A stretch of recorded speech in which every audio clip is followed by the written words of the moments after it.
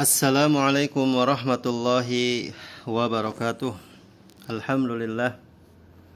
Alhamdulillahilladzi hadana lihada wa ma kunna linahtadiya laula an hadanallah. Asyhadu an la ilaha illallah wahdahu la syarikalah wa asyhadu anna Muhammadan abduhu wa rasuluh sallallahu alaihi wa ala alihi wa ashabihi wa man tabi'ahum bi ihsanin ila yaumiddin, amma ba'd. Kaifa halukum ahibatil kiram, para santri, ikhwan dan akhwat kelas 11. Semoga Allah Subhanahu wa taala memberikan kesehatan kepada kita semuanya dan juga Allah memberikan kemudahan dalam segala urusan yang sedang kita hadapi. Ahibatil kiram, thalabatil ilmi, a'azzanallahu wa iyyakum. Pada perjumpaan kita di pertemuan yang ke-8, kita sudah menyampaikan konsekuensi dari sigonahi. Ada dua, yang pertama hukumnya haram dan yang pertama hukumnya haram dan yang kedua adalah hukumnya fasid atau fasad. Hukum yang haram ya sudah jelas berdasarkan dalil Nabi sallallahu alaihi wasallam atau Al-Qur'an yaitu wa ma atakumur rasulu fakhuduhu wa ma nahakum anhu fantahu. Sedangkan dalil yang memberikan konsekuensi dari larangan tersebut hukumnya fasad adalah hadis Nabi sallallahu alaihi wasallam, man amila amalan laisa alaihi amruna fahuwa raddun. Nah, sekarang insyaallah kita akan melanjutkan pembahasan berikutnya. Bismillahirrahmanirrahim. Hadza wa qa'idatul madhab. Nah, ini tentang bab qa'idatul madhab fil manhi. Ya, mohon diperhatikan.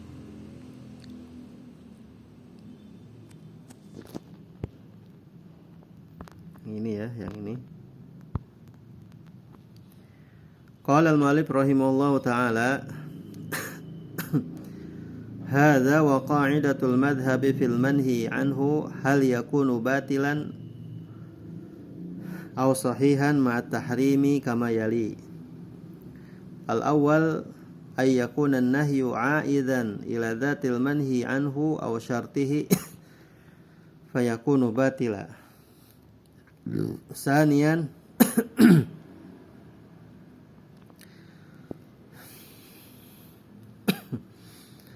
ayakuna nahyu aidan ila amrin kharijin la yata'allaqu bidatil manhi anhu wala syartihi.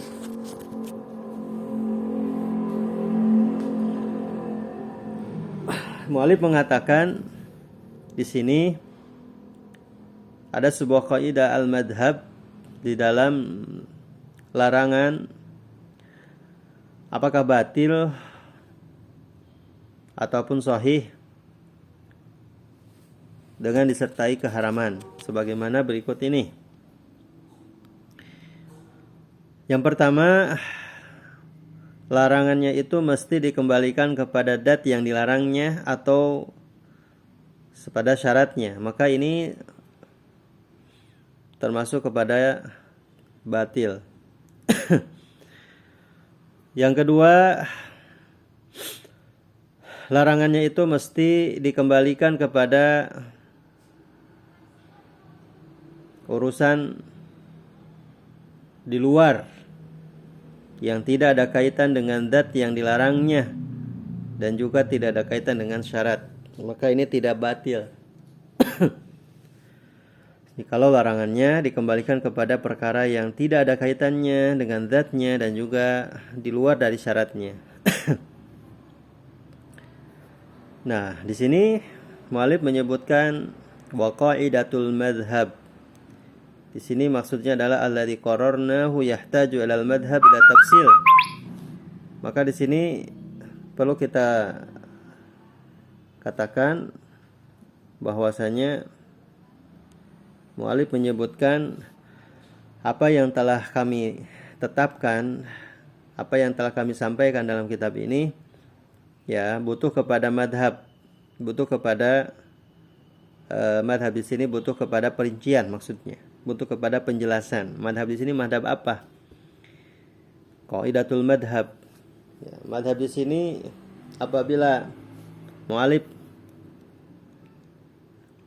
bermadhab Hanabilah, maka dia madhab Hanabilah maksudnya.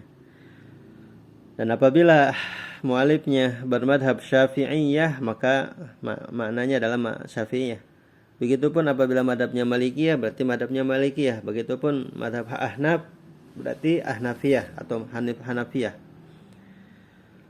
Begitu pula ketika Ahlul Zahir, berarti Dohiriyah. Dan begitu pula apabila mu'alifnya itu mengatakan ashabuna atau al-ashab, maka tergantung madhab mana. Apakah dia mengikuti madhab Hanafiyah atau Malikiyah atau Syafi'iyah atau Hanabilah. Maka jelas di sini ketika menyebutkan sebuah kalimat al-madhab, maka tergambar dari yang disebutkan tadi. Ketika menyebutkan al-ashab, maka tergambar yang tadi, madhab kaitannya. Nah, kemudian yang selanjutnya, idza ada an-nahyu ila datil manhi anhu. Tadi saya mengatakan yang pertama, idza ada an-nahyi ila dat al-manhi anhu. Yang pertama, apabila larangannya itu dikembalikan kepada dat yang dilarangnya. Sawa'un ibadatan kana aw ghaira ibadatin, fa innahu yakunu batilan.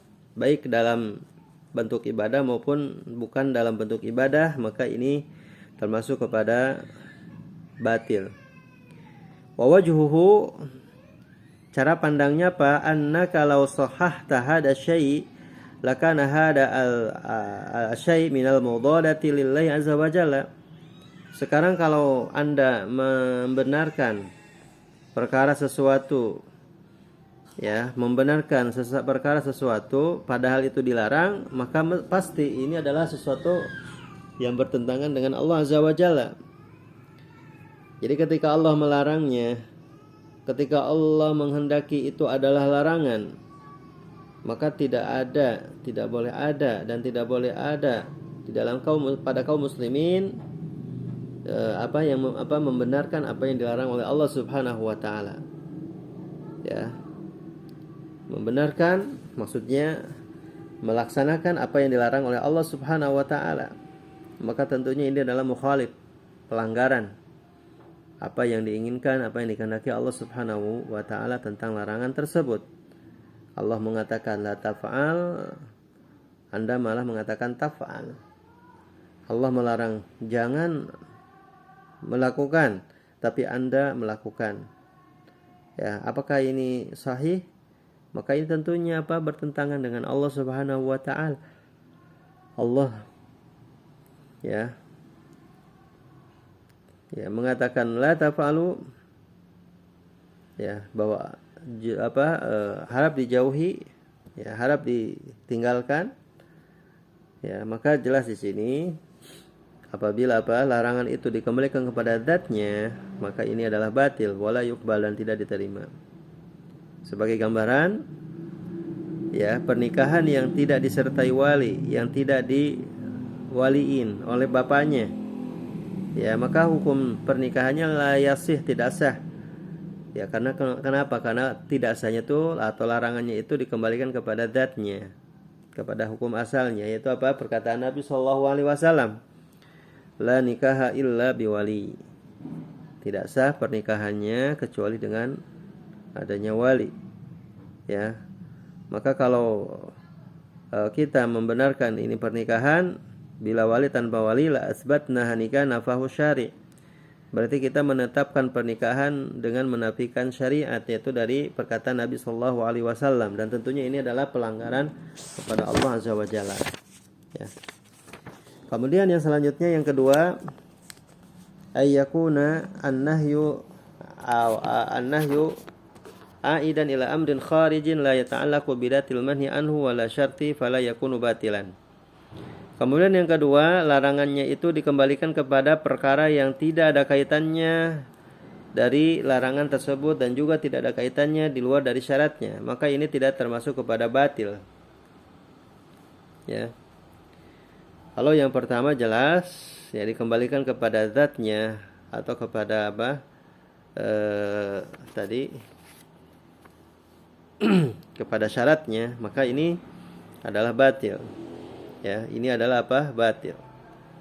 Maka kalau syaratnya sudah jelas, ya tidak mengatakan ini tidak boleh ya dengan syarat-syarat tersebut, apabila kita mensahihkan apa yang kaitannya dengan syarat tersebut, maka tentunya ya kita berdosa dan kita melanggar ya syarat yang telah disyaratkan oleh Allah dan Rasulnya.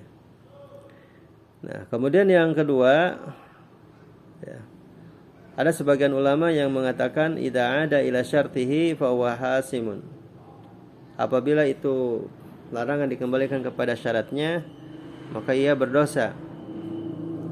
Maksudnya adalah apa? Syarat tersebut ketika ya terbukti terrealisasi tujuannya, ya tentu ibadahnya sah. Ya, wal ibadah laisa laha dakhlun fi syart. Kenapa? Karena ibadah ini ya bukan termasuk kepada syarat. Ya, tidak ada kaitannya dengan apa syarat. Ibadah-ibadah, syarat-syarat gitu ya. Nah, insyaallah ini contohnya akan datang pada contoh-contoh berikutnya.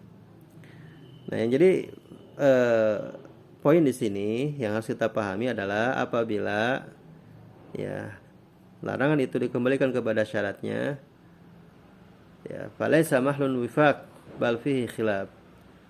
Jadi di sini mungkin tidak ada tempat untuk menyepakati dari perkara tersebut. Mungkin di situ ada perbedaan pendapat. Yaqulun, mereka mengatakan li'anna hadar rajul ata bi syarti. Bisa jadi mungkin orang ini mendatangkan syarat. Lakinnal ibadah ghairu manhi anha. Sementara ibadah ada perkara ibadah yang syarat tersebut tidak dilarangnya. Nah, maka al-manhi anhu wa syart, maka yang dilarang itulah syarat.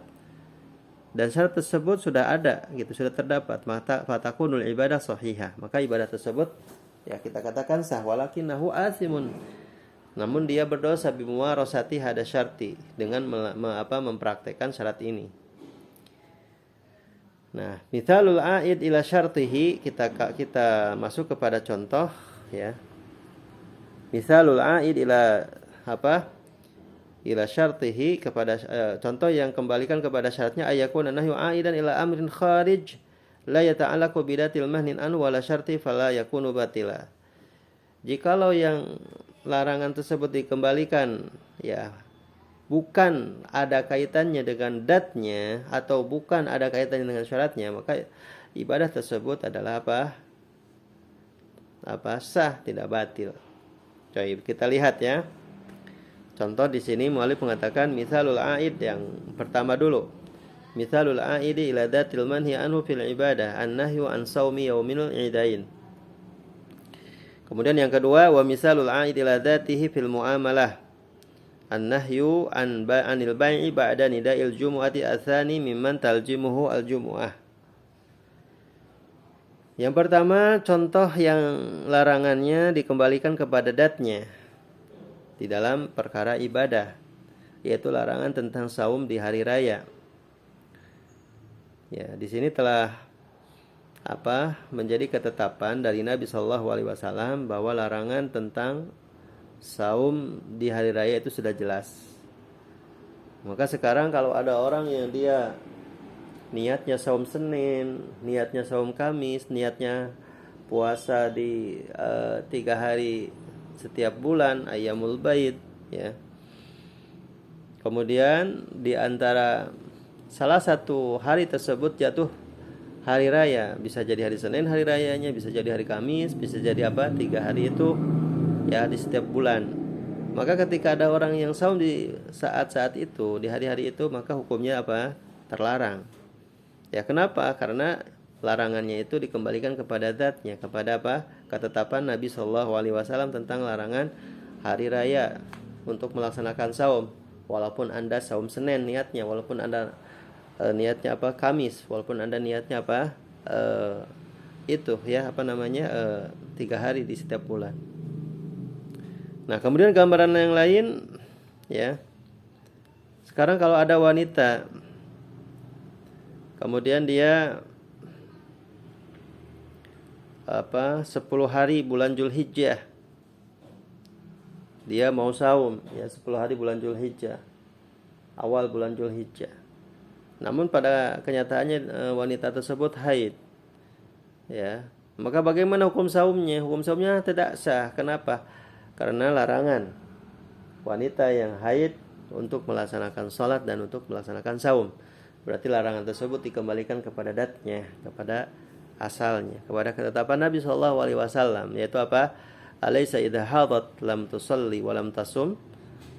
Bukankah wanita yang haid itu tidak salat dan tidak saum? Nah, ini jelas ya, para ulama bersepakat bahwa wanita yang haid itu hukumnya haram, hukumnya batil, hukumnya fasid dan tidak diterima. Kemudian yang kedua, para santri yang dimuliakan Allah Subhanahu wa taala, contoh yang kedua, mithalul a'id ila dzatihi fil muamalah. Fil muamalah an-nahyu 'anil bai'i ba'da nida'il jumu'ah atsani mimman talzimu al-jumu'ah. Contoh yang kedua adalah contoh yang larangannya ini dikembalikan kepada datnya, kepada yang dilarangnya, tentang muamalah, yaitu larangan tentang jual beli setelah adzan Jum'ah. Ya, bagi orang yang wajib hadir salat Jumat. Sebagaimana dalil dari Allah Subhanahu wa taala Al-Qur'an, ya ayyuhalladzina amanu idza nudiya lis-salati min yaumil jumu'ati fas'au ila dzikrillahi wa darul bai'. Maka kalimat daru ini adalah utrukuh. Maka kalimat utrukuh dalam kata daru itu larangannya dikembalikan kepada dat jual belinya, kepada transaksinya. Maka bila mana ada orang yang dia jual beli setelah adzan Jumat, maka kita katakan jual belinya batil. Alasannya larangannya itu dikembalikan kepada zatul bai'. Ya, fala yasih. Maka tidak sah. Maka kalau seandainya ya membenarkan apa yang menjadi kelaziman hal demikian, ya, misalkan kalau ada orang yang membenarkan jual beli tersebut, ya, berarti dia menetapkan perkara yang Allah Subhanahu wa taala ya kehendaki. Ya. Dan kita harus membatalkannya dan kita harus menjauhinya. Ya. Harus menjauhinya, dalam arti kata kita harus meninggalkan dari apa yang diperintahkan oleh Allah Subhanahu wa taala.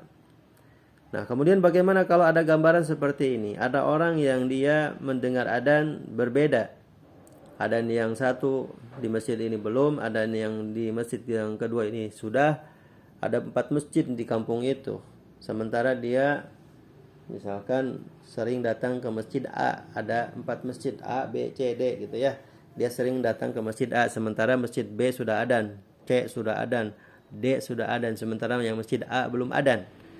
Bagaimana hukumnya jual beli orang yang misalkan dia di masjid A-nya belum adzan, ketika dia masih transaksi jual belinya bagaimana? Sahih. Karena belum dipanggil untuk adzan Jumat tersebut gitu ya. Walaupun adzan yang di masjid B, C dan D sudah adzan. Namun tentunya di sini ingat tidak boleh menjadikan celah bagi dia untuk bermain-main gitu ya. Ketika dia masih asik ketika jual beli, ini mah belum adzan, yang saya mau ke yang masjid B, walaupun yang masjid A sudah adzan. Ternyata yang masjid C belum adzan. Masih padahal yang A, B sudah adzan, mau ke yang masjid C dan seterusnya. Maka ini tidak boleh.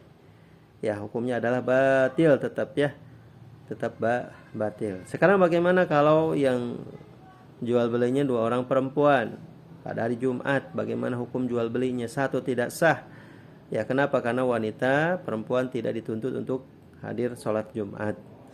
Atau bagaimana kalau misalkan yang belinya perempuan, penjualnya laki-laki, sama? Ya, ini tidak sah.